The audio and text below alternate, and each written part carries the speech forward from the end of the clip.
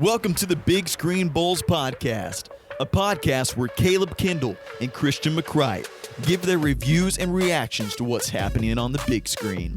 They talk about films, TV series, and other forms of media entertainment. Episodes are released every Monday. Be sure to subscribe on your favorite podcast listening platform. Be sure to follow the show's Instagram page at Big Screen Bols Podcast, where new hints and updates will be released about future episodes.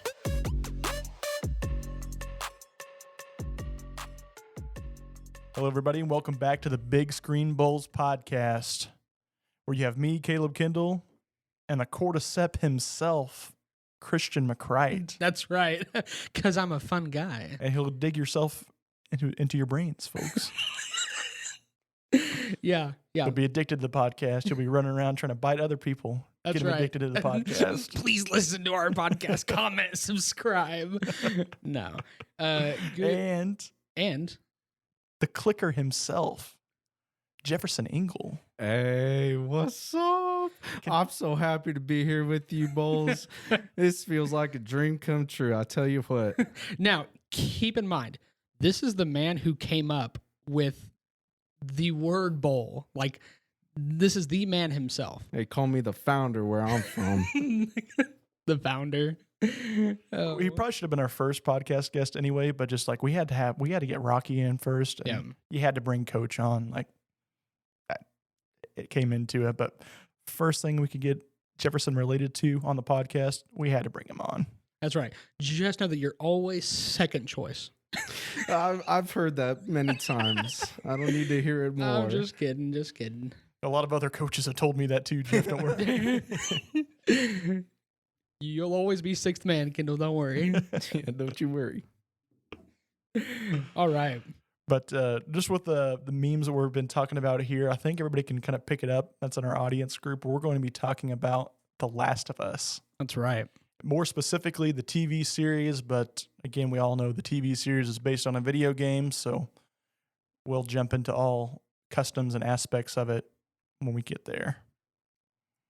So why don't you start us off with some like history or some context to all this?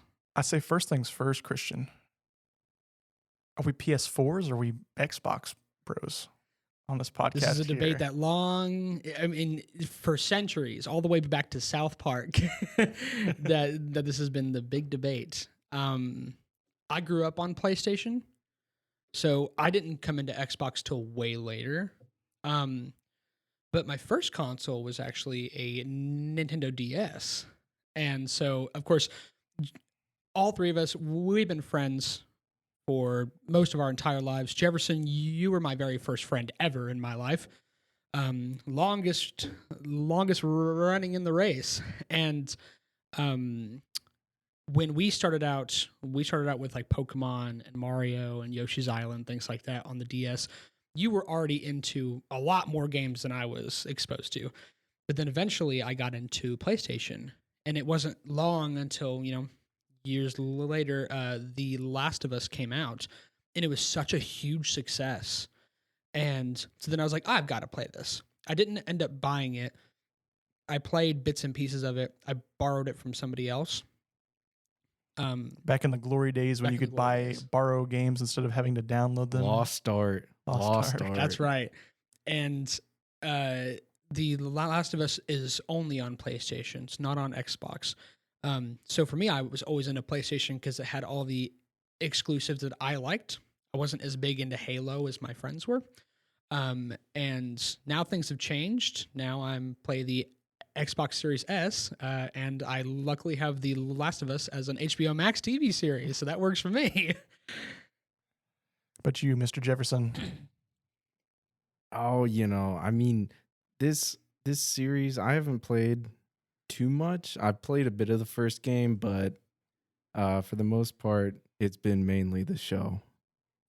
Yeah, I got you all on it. But you do have a Oh yeah, PlayStation. I got a PS5. Ben had that. Broke boys can't understand. That's all I gotta say. How did you acquire one? My glorious father, the legend Jeff. That's right. Yeah, Jefferson's dad is named Jeff as well. So Yeah. And all of his sons after him are all going to be named Jeff. By law. Jeff the ninth. Jeff the 17th. He's his son, but he'll be the ninth. But for me, at least, I've kind of fumbled back and forth. Xbox 360 was going to be that generation. PS4 was the generation after, and now PC kind of running it all off. So Yeah. They've always been their own separate thing. They always think that they're kind of like the king of everything, and all the console players are just kind of on the side. But nowadays things are pretty different. And I remember going over to your house, however many times during school, and you always had an Xbox 360. I had 5, I think. You had 5? I think we had 5 in one time for all the party chats. Like my older brother as well too was more of, it was his era that was in the 360 era. Right. And At so the beginning you of just it. kind of picked it up. Yeah. So you always struck me more as an Xbox guy. But now, like, we can all huddle in our corner of, we're console players, and then there's the PC players on the other side of the fence. Yeah, But one of the consoles brought us The Last of Us. exactly. And that's why I was wanting to ask this question to start it off is you got to know the demographic here. And a lot of people that are going to be listening to this podcast are going to be, I'd say 50-50 on Team Xbox or Team Microsoft and Team Sony. So Yeah. put some controversy out there for all that. So I'd say I'm on nobody's side right now just because I've backstabbed both to grab a PC. Yeah. I'm one of those weirdos now that's like, oh, my 40 My 40. Ye- RTX 40 Yeah. processor. You're a collaborator. That's what you are. That's a nicer word than what a lot of other people call me. But Let's get into the history though. Yeah. Before we drag on too much. So The Last of Us TV show, at least, ratings right now from the mainstream media. The swamp. No. The media The world. swamp. Is an 8.9 on IMDb and a 96% on Rotten Tomatoes. So which is really high. that's super high, ladies and gentlemen. That's almost fresh. Now, keep in mind of what that actually means. So 96% on Rotten Tomatoes does not mean it's a 96 out of 100, like as in like a score. It means that 96% of people who reviewed it have reviewed it as, at the very least, positive. So if you see like a movie has like a 90% and it's not a very good movie to you, that's not because it's generally like sought as like, oh, it's definitely a 9 out of 10. It means 9 out of 10 people usually think that it's at least good. But still, that's really high marks for a video game adaptation show. Yeah, for sure. And just being the first season of it as well, too. Usually first season things aren't always the best, especially in HBO. Like I'm thinking of Game of Thrones, at least on the HBO side of things. Like you have to usually sacrifice the first season as like a learning or understanding the characters piece of things. But Right. this one kind of got straight into it. So again, Last of Us was based on a video game. The video game came out in 2013 by Sony Entertainment and Naughty Dog Studios. Yeah, Naughty Dog. Naughty Dog, if you don't know those guys, they did the Uncharted series, and then they did some games in the 90s as well, too, like Rings of Power. Yeah, some Either awesome Been that games. far. Yeah. Been that far. They've been there. They've been there. Development started in 2009 after, I think, the development of Uncharted 2, if I'm remembering right here. After that, they were off to the races, and they started breaking some records here, so... Oh, yeah. So when The Last of Us came out in 2013, the first week, 1.3 million copies were sold. That's insane. And by 2018, or April of 2018, that's what the numbers say here, they sold 17 million copies. So 17, let's do some quick math here, ladies and gents. 17 million times that by 60, that let's say they sold every game for $60 a pop.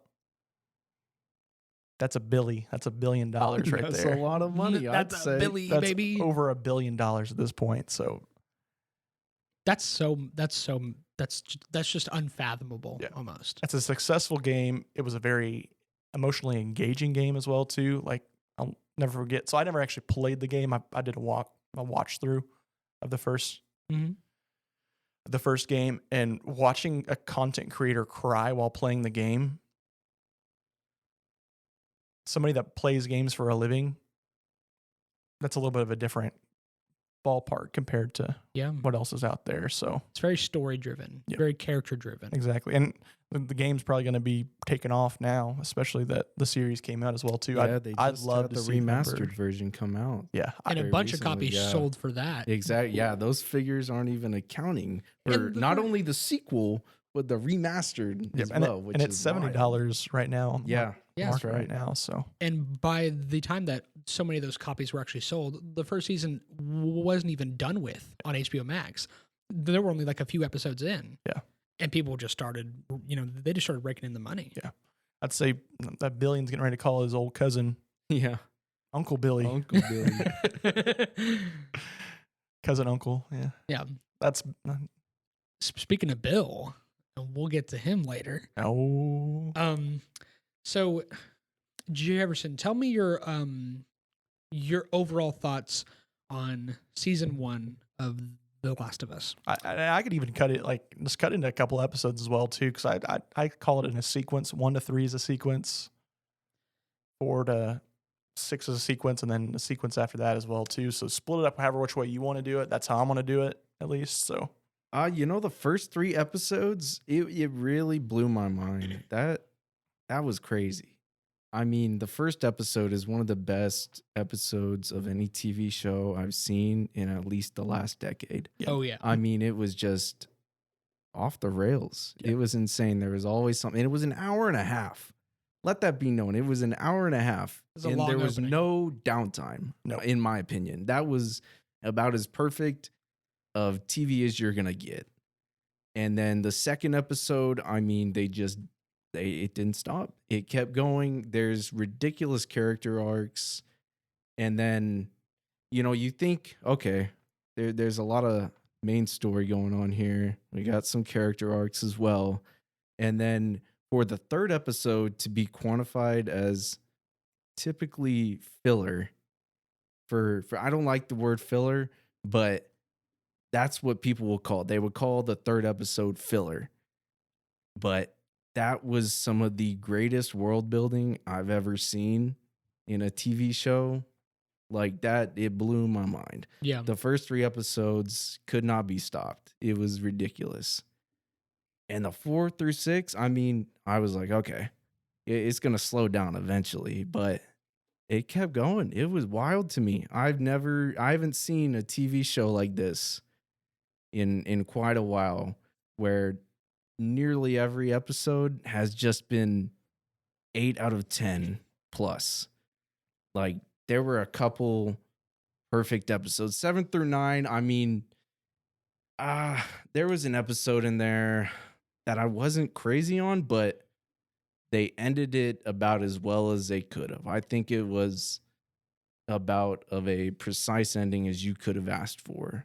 It was definitely quality, and I was not I was expecting it to be good, but I was not expecting this, especially to this level.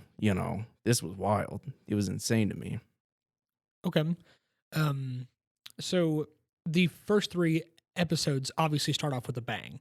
Right. It gets right into the action. I'd say as well too, like even the first scene that talk about world building and like Oh yeah. credibility for everything Yeah. as well too. Like the first scene, if you guys remember, it's the 2 doctors are on stage. Right. You have a pathologist and you have a whatever a fungal kind of pathologist would be at least. But they're just discussing about like what if a future disease comes out and wipes out the world. So first thing it takes me back to is COVID. Course. Yeah. And you have this guy, this pathologist is like, yeah, a virus one day will come along. It could probably wipe out the existence of the world at the time. And we better be prepared for it. Doctor number 2, do you have any thoughts? Yeah, I don't think a virus or a bacteria will kill any of us. I think people will adapt so much to an extent that we'll outgrow it. Everybody's start laughing at him. And it's like, so what's the disease that you think that's going to wipe us out then?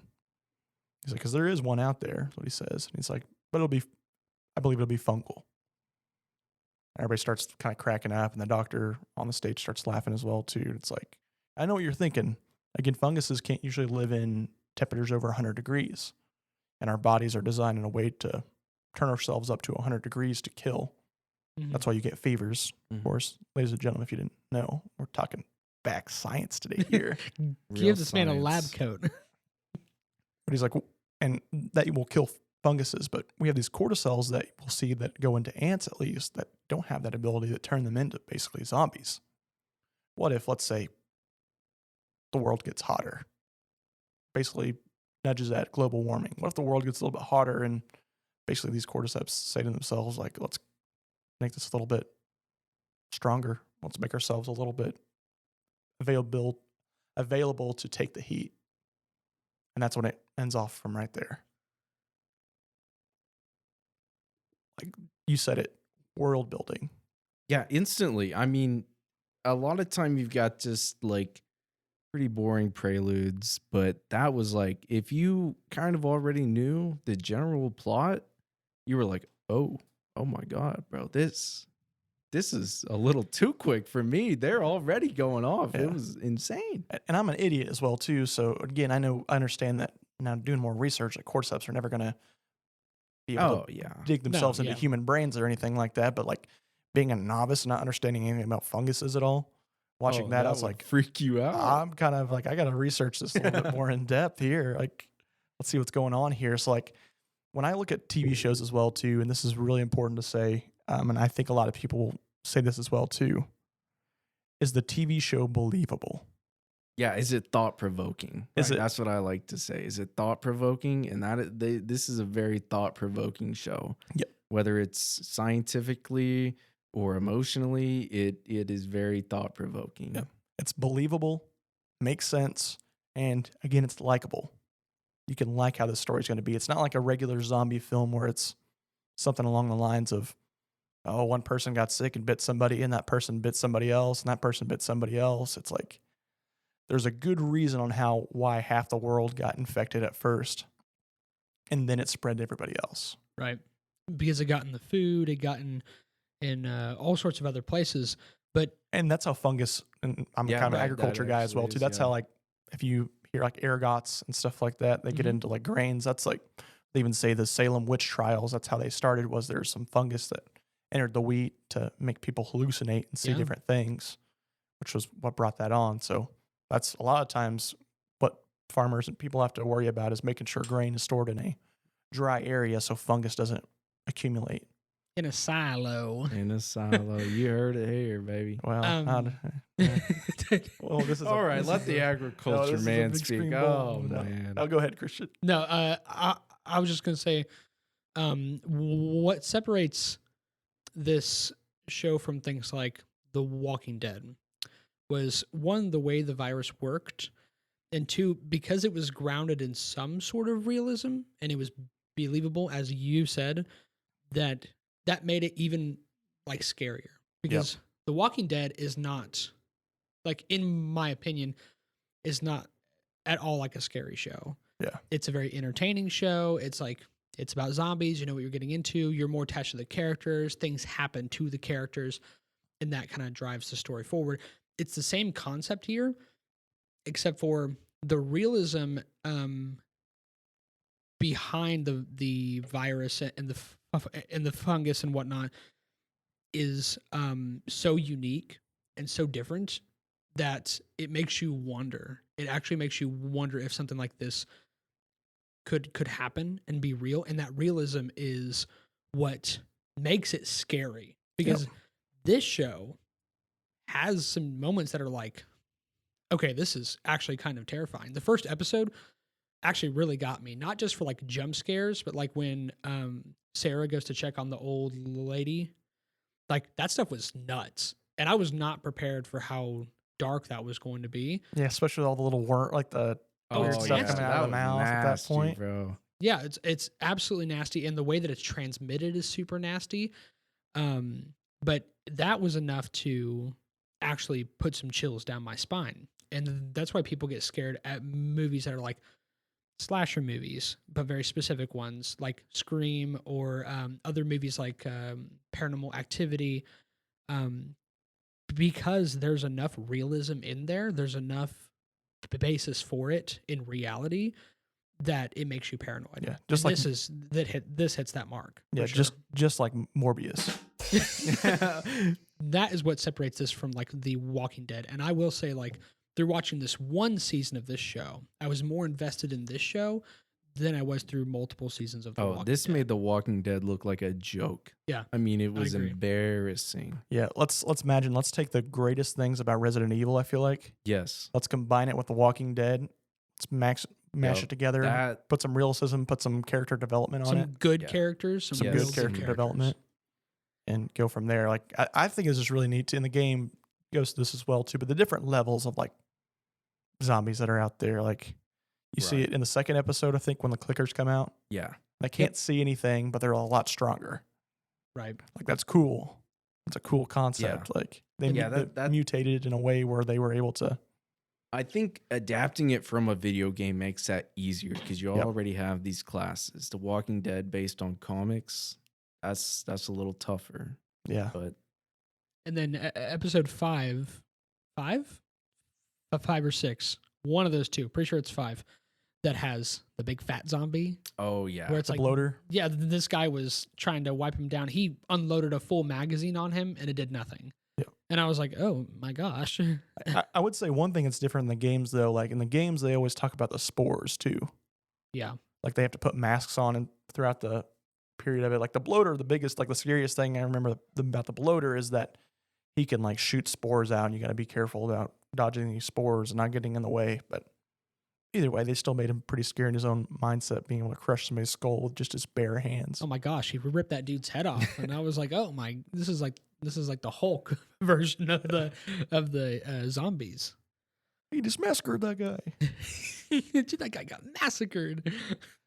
I would say though, if we're talking about episode 5 and just going from there, like how Kathleen as a character, like they didn't have her in the games at all, but like how wild of a weird of a character was that? It's like we got to do whatever it takes to catch this one random guy that stabbed my brother in the back. But there's the zombies that they're getting ready to come up through the bottom of the city. I don't care. we gotta kill that guy. He stabbed my brother. He took our job. She was a really weird character She because was.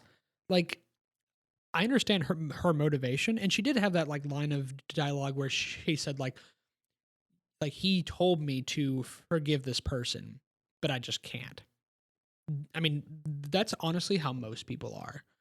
And so like having a character like that is more realistic, but the way that she was acting, and this is the one and only time I'm going to say this for this whole show, I don't think her acting was very good. Oh, I don't think it was at all. Yeah, And I she mean, did it's not come tough to across. believe something like that. Yeah. Just because there's a larger story at play here. She didn't even act like she was intimidated. She was very persistent and very goal oriented, but it didn't translate to the emotion in her tone of voice. And for me, as someone who appreciates like good acting and behind the scenes stuff, I feel like that could have been done so much better. Yep. And so she was kind of like that middle of the road antagonist that was kind of like that weird, like henchman type person. It's like there's four bosses in your video game, and she's like the mini boss that's like on like a side quest. That's what it felt like. Yeah. But they made it such a big thing for the story that it actually kind of took away from the story. Yeah, for I me. think so too, and as well too when we talk about good villains here, like they have to have some type of credibility. Like I don't think she had a credibility at all. It's just like somebody No, else do the job. They do did work. not preface enough what had been happening in Kansas City. Yep.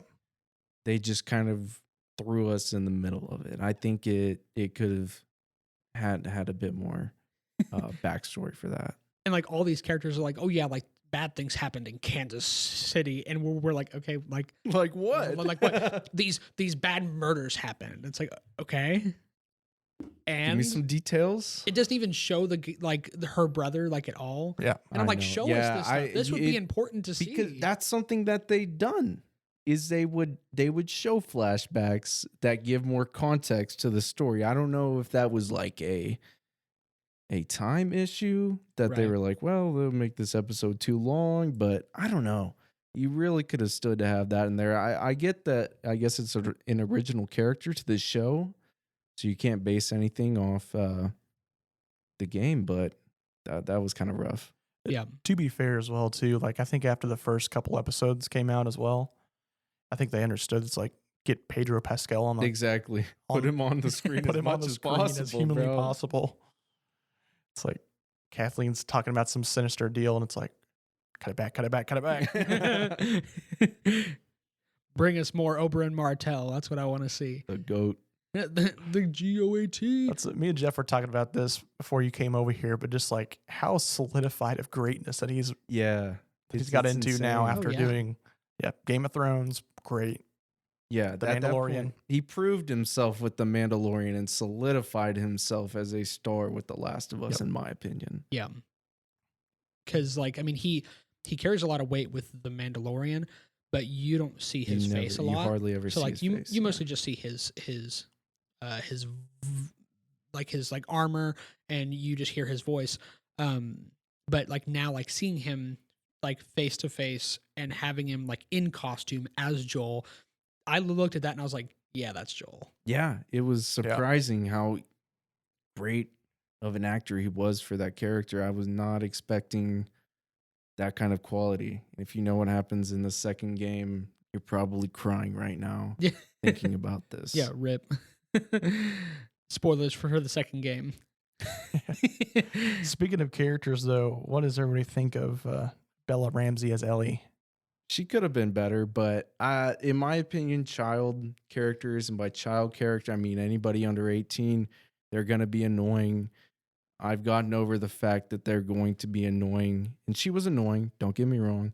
But there was like somewhat character growth, which as long as there's any character development in a child character, I will not complain. And Yeah. there was. But overall, I mean, child characters annoy me to no end, but this was not bad. Yeah. How old is she in real life, actually? She's 19. She's 19. She's playing like a 14-year-old girl. Yep. Something like that. She does a good job. She definitely has good chemistry with Pedro Pascal, which that definitely like You permeates had the to screen. have that. Oh, if yeah. you I think wanted that's a hard, decent though, show. like- It's tough, especially. Yeah. Yeah, and like two good actors, actresses, anything like that, you can put them on the same screen. That does not guarantee that they will have good chemistry. But I felt like they were both kind of on the same page. But I do agree that like she's a little different than the Ellie I've seen in parts of the first Yeah. game. So some of their dialogue is a little different. Some of the tone of voice that they use is a little different. Now I'm excited to see where she goes like in the future, like with her character, because now like the general audience knows what happens in The Last of Us Part 2, and there's a time skip. So I'm not sure how they're going to handle all that, but I think that she does a pretty good job. But there are moments where like a child actor, you know that they're very young. Yeah. I mean, she's only like what, 5 years younger than us, so Yeah. that's really not that too far from us. So we do have to like cut her slack in some regard, but at the same time, like it's a professional thing, and I feel like she does a pretty good job, just overall. What do you think, Kendall? 100% transparency. Ellie from the game was better. I liked Ellie from the game just a tad bit more. Yeah. Again, like you said it there too. I think that's a piece of it that I liked. At least was just the voice. The voice is a little bit higher in the game. Yeah. Just Bella in general, I think she's got kind of a lower voice as a person itself. Again, there were some annoying pieces with it. Some pieces that aren't really shown in the game, I feel like, because it's cutting it so short. It's wanting to get you more into that third person game style of things compared to actually getting into it. But what can you say? It's a child actor at this point. Yeah. I think she did a pretty decent job, at least for the role that she had to play in there. Oh yeah. I'm not going to say the acting is Pedro Pascal level No. by any means, or even Nick Offerman or Murray Bartlett at that point, Oh, too, right, that yeah. are the Bill and Frank from the Sh- storyline. She when it comes to like annoying like child actors, like the first image that pops in my mind, and this is like a beloved franchise, but Jurassic Park always comes to mind. Yeah. The first movie, even Oh my no, actually goodness. all the movies. I'm pretty sure all the movies have some sort of Yes, child in there's them. at least one child actor who you're like, oh my god. Do And we in really the have first to see Jurassic him on Park, there's screen? like 2 of them. Yep. And so it's really hard to, because they're a kid, and just like real life kids, like having a conversation with a small child can be very difficult because like they're not as knowledgeable. Some of the things they say are very like cringy or detached, things that are kind of unrelated. So it does seem realistic in that sense, but I feel like she did a good job with what she was given, especially since this is a video game adaptation. And I always think that the video game will almost always be better because we've gone to a day and age where we want adaptations for games, but we also forget that games on their own are already cinematic enough Yep. on their yeah. own. At this point, yeah. Some games are literally movies, it feels like, and you are just occasionally pressing buttons. Right. And so like that's just one thing that we have to keep in mind. But other than that, I thought that she did a fine job.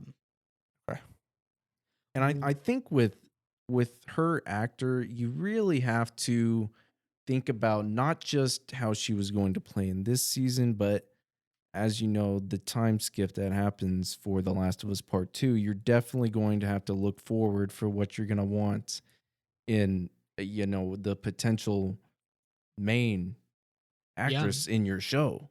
Like that Right. is very important. So I think I believe in HBO enough to the point where I trust them to have made the correct decision. But I mean, we'll see. I know, knowing HBO though, I wonder if they're going to change it. They might, and I'm just gonna say I would not be disappointed. I would prefer if they change it. I don't know.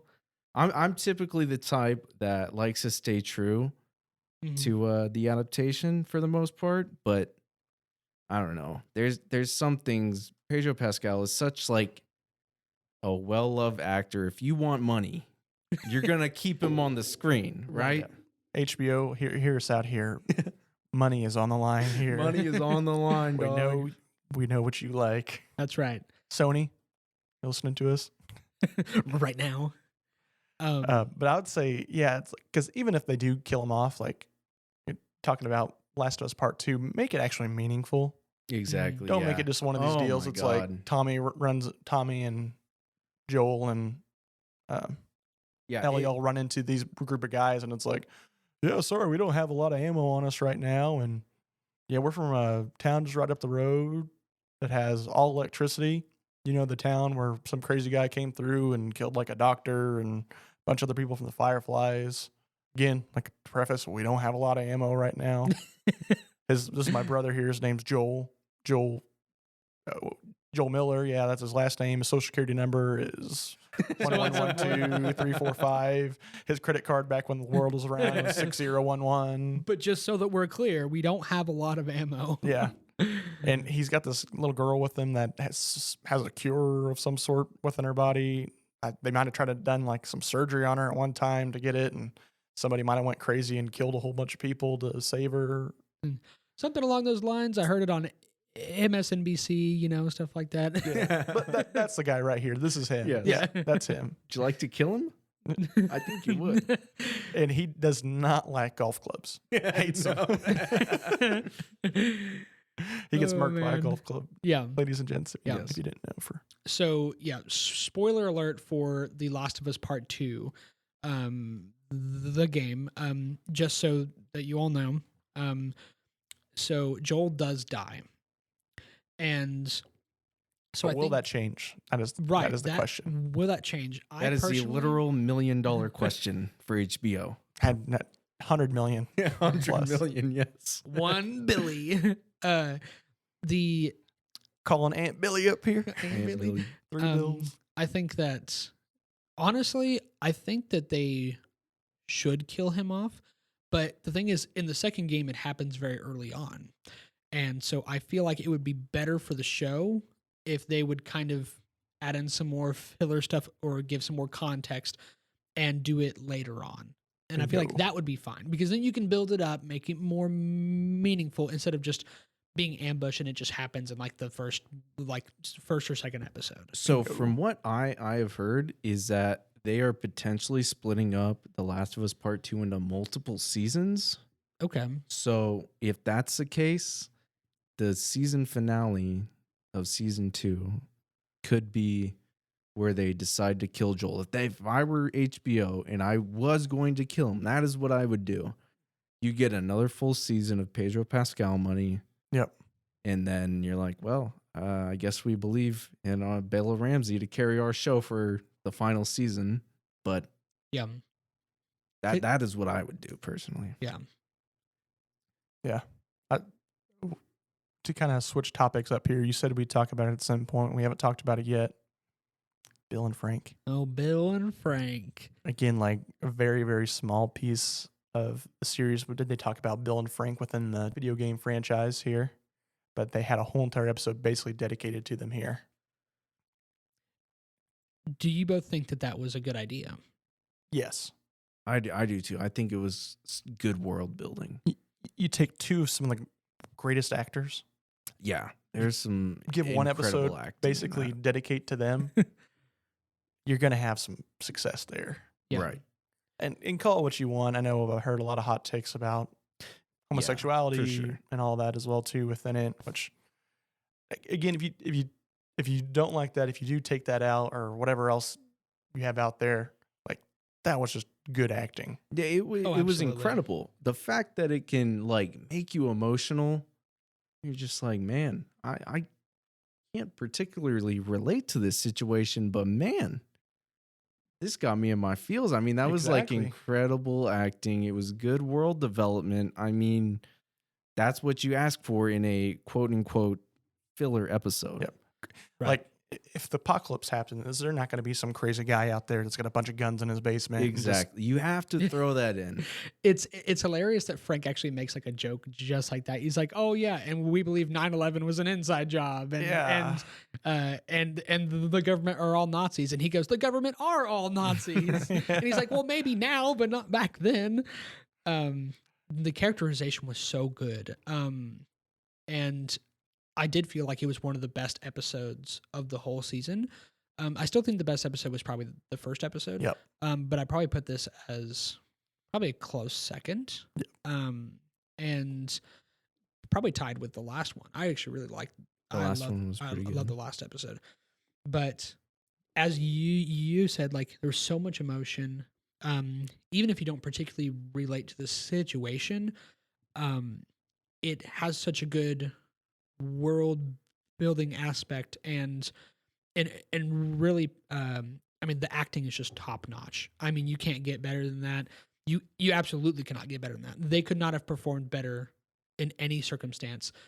And even when Frank was trying to show him the strawberries and he said he traded his gun for it, and of course Bill was mad. Right. But like watching them sit down and eat strawberries and to see like the happiness that floods over them made me think like you know like even in the darkest moments in just I mean the apocalypse itself and the world could almost not be any worse.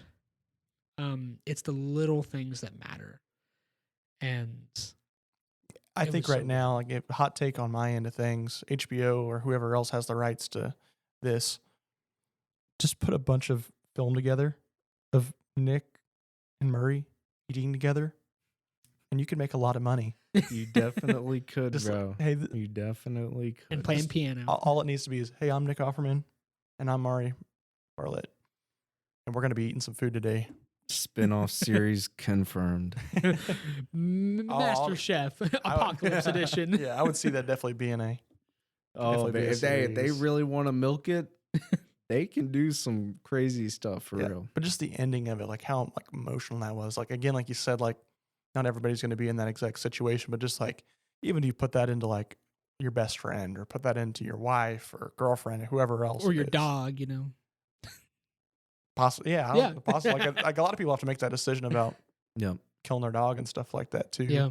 Within situations like that, but like, hey, I took the pills just like you took the pills. Mm-hmm. Let's Yeah. go lay down and Yeah, that go was to crazy. sleep and That was crazy. never wake back up. And they don't go back into the back room. Right. Yeah. It's the whole thing of not being alone. I mean, when they read the letter that Bill left, that last part really got me because Bill essentially said, "I don't like a lot of people. I actually hated people. I was glad that everyone died, but I was wrong because there was one person worth saving." Yeah.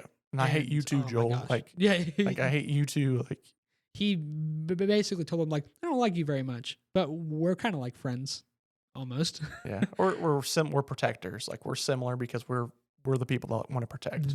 This is our job to do. We have a duty to protect people, and I hope you it take care really of hit Tessa hard. as well too. Like, Oh that's man, a and super- that hurt. Like, 'cause yeah. right after she died. I Yeah. mean, that was yeesh. And it really hit him hard Yeah. because he had to like take a break and walk outside. But my hot take, as good as that episode is, I do understand some of the criticisms with it because although it builds the world and world building is very important, it doesn't add to the story. And that's the tough part about filler. Well, it gives the plot device for them to actually get a vehicle and get out of there. That is true, but most of the episode still does not really service Yeah, it doesn't the story. add to the overall. And these are two characters that are introduced and then later forgotten about in the same exact episode. And so for that, like, it can be kind of tough. So I've seen some criticisms about that portion because yeah, I know filler is not the word that we love to use, but that's the closest thing we got right now. But it's still really good. But it did feel like it was kind of its own piece of a different show. Yeah. And the tonal change kind of is a little jarring because it is, quite frankly, Frank. That was not intentional. It was probably, in my opinion, it was probably the slowest episode of all of them. It was a very slow burn. And, unless you're really engaged with what's going on, it can be a little bit of like a jarring piece to like a roller coaster. If you're on a roller coaster and it's really long, so sometimes like a third of the way through, like they'll like take a break and trudge up that like hill and then go back down again. It felt a little bit like that, except for you still kind of enjoy the ride up there. I'd say like no other apocalypse film ever did anything like this ever. Yeah. I think that was the biggest thing that really stuck out to me. It's like, what does life look like when you're not on the run or being chased?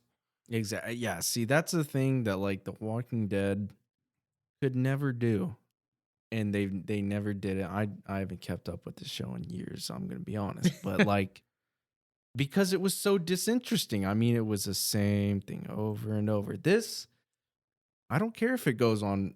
If it were to go on for another 5 seasons, I think I could still be engaged because there's plenty of things to do, and clearly they care about the product they're making, and it's not entirely just a money Yes. grab. Yeah. Yeah. But that's my biggest thing. It's like, yeah, it did slow things down, but just like, we've never seen anything like that ever, like in a world building concept of things. Like, Sure. what if there was some crazy Yeah, you're redneck never out gonna there in the see that. world that would just like found their way to do all this and it got lonely over the years. Like, Yeah. It could be very realistic. And it did kind of bring in like a piece of hope in a world that's really dark. yep, that too. But I'm excited for the second season because, I mean, even if they do make a change, the person behind the camera for the game, camera being kind of halfway in quotations, is the same person that is heavily involved in the show. Yep. So if they make a change, it's only because he's okay with it. So at least we have kind of like the satisfaction of that, of knowing that, that he'll be okay and he'll be behind it all if they do change something. So unlike Game of Thrones. Yes. What did you all think of the character Joel, just as a character? I think it was great. I mean, let's be real. I mean, the last episode, he could have saved the world. Bella could have saved the world, but he said, "Nah, I'm not with that." Yeah. Not He's my a daughter. terrible person, Yeah, he's but kind of the God, bad I guy. love his character. It's insane. I should not like him, but he acted his ass off for real. Oh, absolutely. Yeah, 100%. And that's again, the character of Joel. What was he? And we talked about at the beginning of it. Was it believable? Yes. The Oh dude my that God, saw a yeah, lot of yeah. trauma. Did it make sense? Yeah. If I Yes. was through that much trauma and basically had the reincarnation of my daughter that I lost 20 years ago back, would I not do some crazy, sketchy stuff to keep her around? Yes. And was it likable?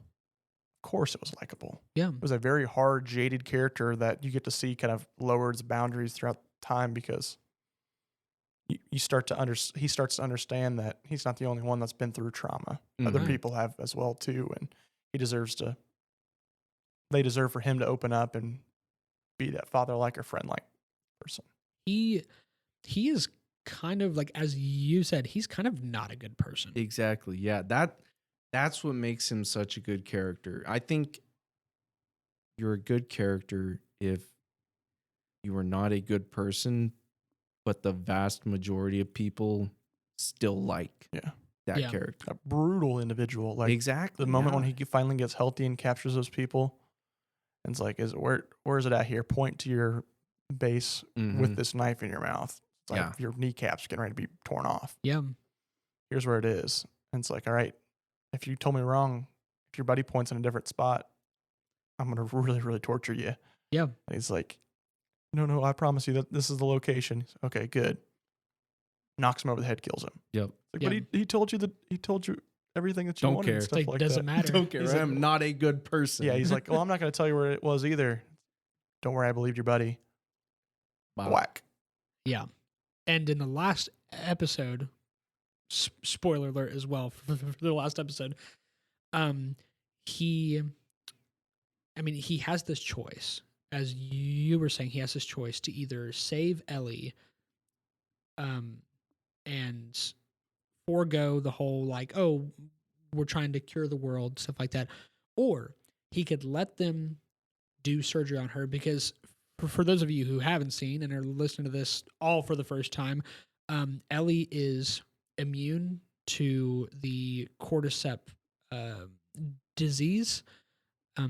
They kind of do like an explanation in the last episode where, like, her mom, who was played by the original voice actor for Yes. Ellie, by the way, Yeah, that was fired. Ashley Johnson, she is amazing. She is in Critical Role, so she plays Dungeons and Dragons. That's where I know her from. She's done all sorts of voice acting for so many things.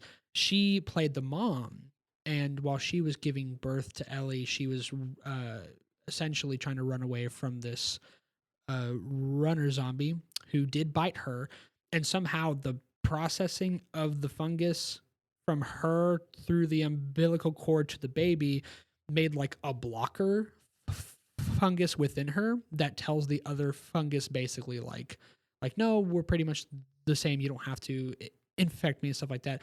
So it made like a science behind all of it, which is really interesting. But so he saved her knowing that that cure could never be found, because he said, or he was thinking in his mind, he's bonded with her so much. She is what healed his trauma and his wounds. And they could take her and they could do surgery on her, but it would kill her. And it's not even guaranteed that it would find the cure. Yeah. And so his heart's in the right place, but he does make like very rash choices. Yeah. Like when he's going to go save Ellie, so he's brutalizing these people in the building. And even this guy who puts his hand up and surrenders, he just puts him on blast. Yeah. And so, and then he lies to Ellie about it. Yeah, and she's like, was I not a good fit for it? And it's like, oh, there's a lot of other people out Yeah, there. there's dozens of them. Yeah. And they're gonna use them instead of you. They said you weren't a very good fit for it. And like she knows it's a little bit of a sketchy of a deal, so she's just like, "Are you lying to me?" Like, I swear I'm not lying to you. Because he knows He's that she very would have human sacrificed. as a character. Yeah. The hero of shows is sometimes meant to be more than human, but Joel is very human as a character, which was very nice. To take a note of what he just said right there, your protagonists don't have to be perfect good guys. One of my biggest problems with Rey from Star Wars is that she has minimal to no flaws, and that is problematic because even in media where characters can be a really good-hearted character, they have flaws or things about them that they have to overcome, or that like they have arcs or hurdles that they have to jump over in order to grow as a person, and that's despite their bad choices. Yep. And not Pedro, well, yes, but Joel, Joel does have a tendency to make bad choices, but we still love him as a protagonist because we know that eventually his heart gets in the right place. Yeah. Other than that, any other hot takes? I did not like Tommy's character after the first episode. He was Weird. just not great. I mean, yeah, I get it. You go through this crazy character change in terms of personality, but man, that was just kind of rough. I don't know. I didn't really care for his character after the first episode. I don't know the everybody else's thoughts on his character, but I was just personally not a fan. He was basically just used like a plot device. I know, which for is Joel to insane. move forward. It is your brother. Yeah. That was ridiculous to me. That was my biggest gripe, I would say. And then he goes to find him, and then he's having a kid, and Joel's like, okay, well, I guess I'm leaving now. And I'm like, you went What are through we all doing? this stuff for that. I know. All we're talking about is, okay, we're going to get to Tommy. We're going to get to Tommy. He's here for an episode. See you All later, right. man. See you later, Gone. bro. It was ridiculous. It's your Yeah. brother. Yeah, dude.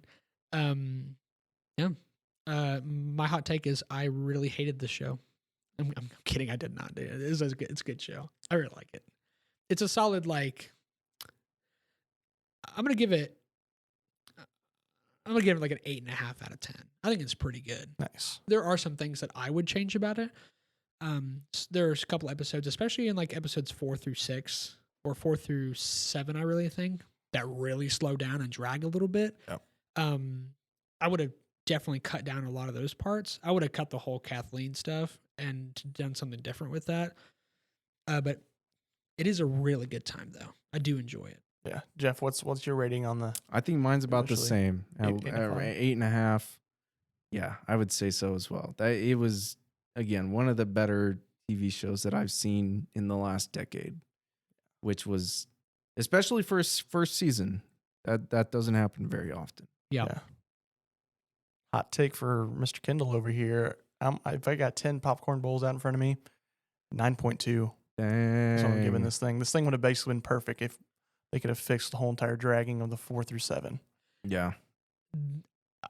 I don't think that's a hot take at all. I really think that you're with most of the general audience. Yeah, I would say the average review score on IMDb is at least 9 out of 10 Yeah. for the vast majority of the episodes. Yep. So I came in here thinking that, like, oh, I could see myself giving it an 8 or even like slightly lower. Because there's just a handful of things that I have problems with, and I've made note of at least most of them. But the more that we talk about it out loud, the more I realize that I think I enjoyed it more than I thought I did. So, and having a discussion really helps. So, Yeah, we're just having a discussion here. We don't want to change your political views. We're just having a discussion. Every other crazy person that goes to a college campus. That's right. Well, shout out to Jefferson again for coming on the podcast to talk about this here. hey, this was a pleasure. I've been waiting to get on this thing. I've got takes to give. Everybody knows they're all fired. And No. it won't be the last time It- that you're on. It better not. That's all I gotta say. Well, let's give him a round of applause. Everybody. Yay! You'll love to hear it. You'll love to hear Take it. your shirt off. I was thinking the same Hey, you're thing. gonna you gotta That's tell kinda me weird. twice. All right. But other than that, Jefferson, what does the audience really need to do? Do the plug. Do the plug. Give us a plug. Like and subscribe, download, 5-star rating, please. I'm begging. You heard it from him here, folks. You heard it. Stay classy, Bowls.